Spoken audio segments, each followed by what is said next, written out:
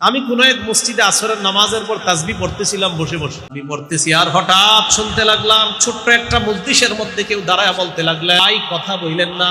এরকম বলতে লাগলেন, এ ভাই আপনারা কথা বললেন, সুন্দর কথা, মসজিদে কথা বলা ঠিক না। মহিলা বলতেছে, উনি কোন একটা হয়তো বক্তব্য দিবে কোথাও, তখন শুরুতে বলতেছে, নবান্দা যখন মসজিদে কথা বলে ফেরেশতা বলে, ইয়া ওলিয়াল্লাহ উসকুত, হে আল্লাহর ওলি তুমি চুপ করো, হে আল্লাহর ওলি।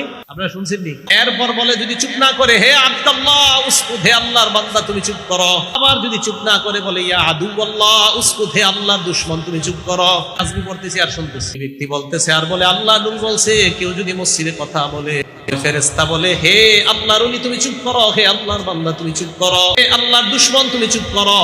কয় নবী নাকি এই কথাটা বলছে? কোথায় কইছে নবীজি কথা? হ্যাঁ, মসজিদে কথা বলা ঠিক না, কিন্তু এই কথা যে নবীজি বলছে ফেরেশতারা এটা কয়, এটা কোন জায়গায় আছে? নবীর নামে মিথ্যা কথা বলেন। এটা নবীজির নামে কি কথা?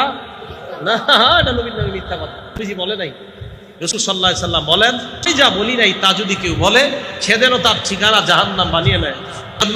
রাসূল সাল্লাল্লাহু আলাইহি সাল্লামের নামে মিথ্যা কথা বলা যাবে না।